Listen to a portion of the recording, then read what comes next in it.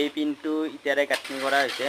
তো এই পিনটোত ইটা কিমান গৈছে, শিল বালি লগতে চিমেণ্ট কিমান গৈছে সেই বিষয়ে আলোচনা কৰিম আৰু পোষ্ট কেইটা দিয়া হৈছে সেই বিষয়ে ক'ম। এনেকুৱা ধৰণৰ ভিডিঅ'সমূহ চাই থাকিবৰ কাৰণে চেনেলটো ছাবস্ক্ৰাইব কৰি থৈ দিব, লগতে বেল আইকনটো ক্লিক কৰি থৈ দিব। এই পিনটোৰ চাইজ হ'ল 31 ফুট বাই 22। তো ইয়াত আমাক পোষ্ট লাগিব 13টা।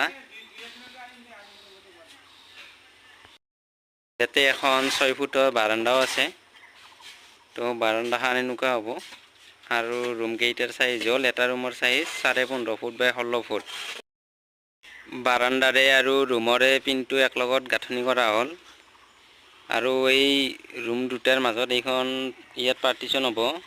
তো মাটি কমপ্লিট ভৰোৱা হোৱা নাই, সেইবাবে ৰডকেইডাল এনেকৈ ওলাই থৈ দিয়া হ'ল।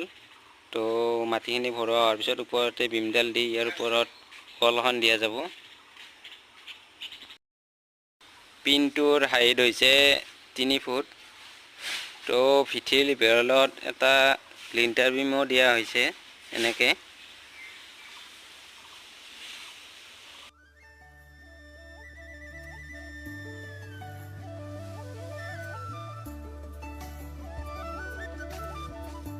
এই পোষ্টটো জালি দি 6 ইঞ্চি চাইজ কৰি তলৰ পৰা বনাই অনা হৈছে। ইয়াৰে পাৰ্টিশ্যন ৱালখন তলৰ পৰা দিয়া হোৱা নাই, তো ভিথিৰ ওপৰতে দিয়া যাব।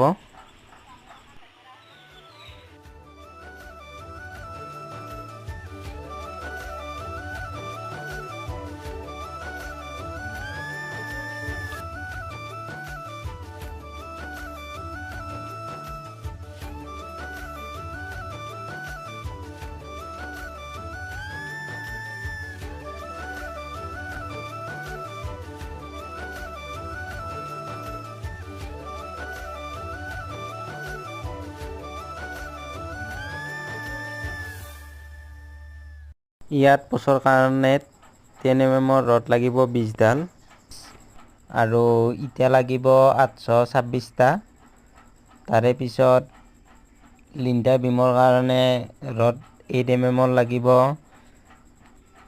16ডাল আৰু চিমেণ্ট লাগিব 13 বেগ।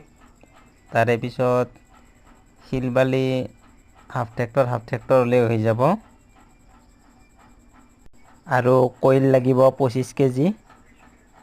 ভিডিঅ'টো শেষলৈকে চোৱাৰ বাবে ধন্যবাদ।